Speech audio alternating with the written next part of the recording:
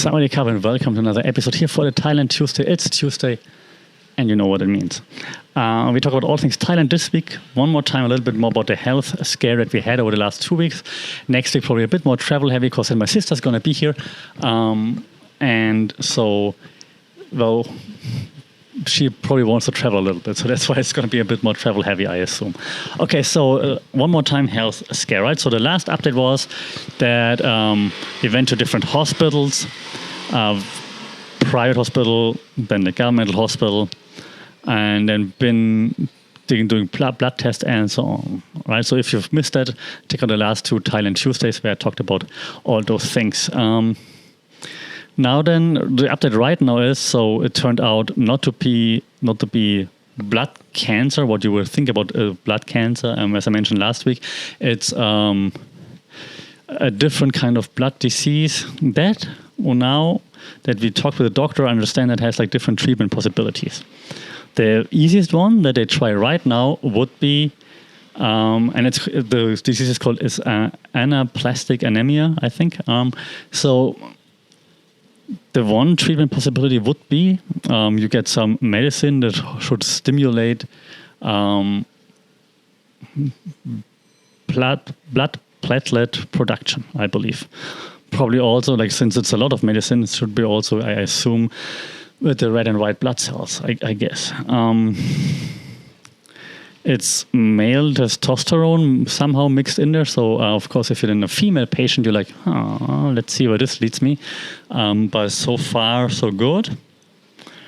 Only thing is that if she takes it too late at night, because you should take it with dinner, but if dinner is too late, then she has trouble sleeping, so be aware of that.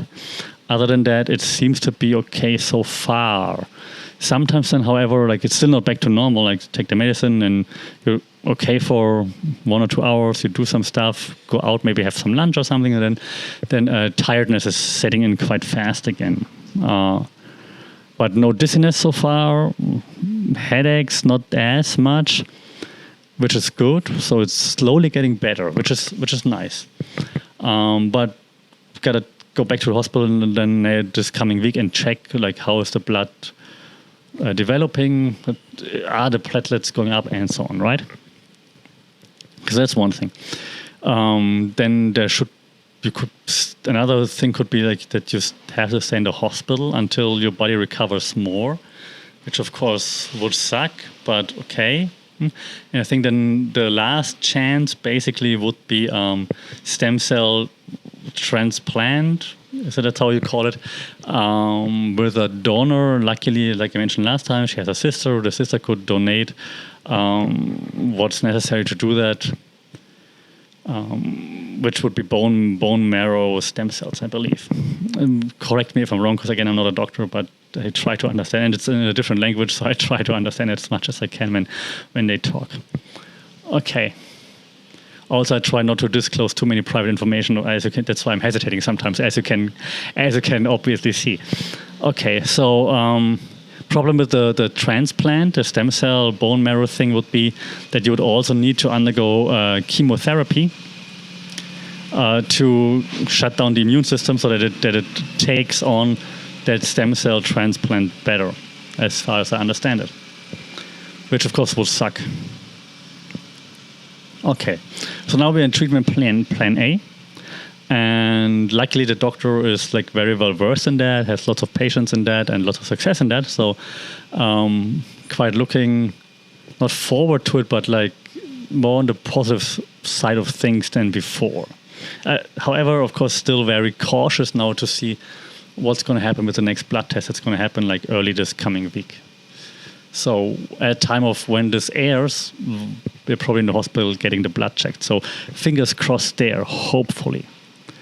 The good thing now, when you're talking about the hospital, like I talked about it before, was like terrible, like the ER, emergency room, like overcrowded and so on, crazy setup, people on beds in the parking lot and so on. The doctor itself now seems to be quite good. He actually works at 2 different hospitals, so he seems to be quite okay, and he has a plan. Problems still are the nurses and so on, because they're obviously, like I said last time, overworked and busy and just can't be bothered with anything, which is understandable. But then again, from a patient point of view, as I mentioned last time, you're still like, hey, come on, it's my life, so please can you try a bit harder? But okay, the doctor seems to be all right, and we're happy with that doctor right now. Okay, enough of that. I don't want to make this like only a sad sob story here every time we do the Thailand Tuesday. So I promise that next time a bit more traveling, maybe also a bit more insights into like what's happening in Thailand right now. Because even though there are no big news on like the global stage, I think there's still some things happening here. For example, the cost of living is going through the roof. Maybe we will do like an episode on this next week or like soon when my sister's gone again. Because the cost of living right now, like food and so on, is just ridiculous. It's like almost doubled within the last few months. It's just crazy. It's insane. I used to buy like cut fruit, and it used to be like 20 baht, 30 baht, and now it's like 60, 70, 80. It's up to 100 baht for a certain fruit. It's like, what's happening? So the cost of living is ridiculous. And of course, for those less fortunate, even worse. I'm gonna leave this background sound in now because it's the Thailand Tuesday, and so you can hear what it is like to live in Thailand, because you hear those broken car sounds like all the time. Okay, so no, it put me off the track. I lost the track. No, it's like the cost of living, right? So the cost of living is just really insane right now. And if you're less fortunate, of course, if you have like a lower paid job, it's of course super difficult to maintain a decent living right now. It was difficult before. Now it's even more difficult. And the government help doesn't seem to be enough, if there is any. It doesn't seem to be, I don't know, like I don't want to blame or hit on the government without knowing too much, so I'm not saying that. I'm just saying like it looks like people are struggling more than before. But maybe we should take a deep dive into that next time. I'm sure the government tries to help and so on. It just looks like people are struggling more, but we will do a deep dive into this once my sister is gone, after the travel parts, then we maybe have some time to go more into detail there. Okay, that's enough for the Thailand Tuesday this week. I appreciate you as always. Don't forget to like, share, subscribe, you know it. Tell your friends about it. Leave your comments. Let me know what you think about it. Like A, your health situations in Thailand, and B, how do you handle the spike in the cost of living. As always, take care, stay safe. Chok di, and we'll see and talk soon. Sawadee Krap.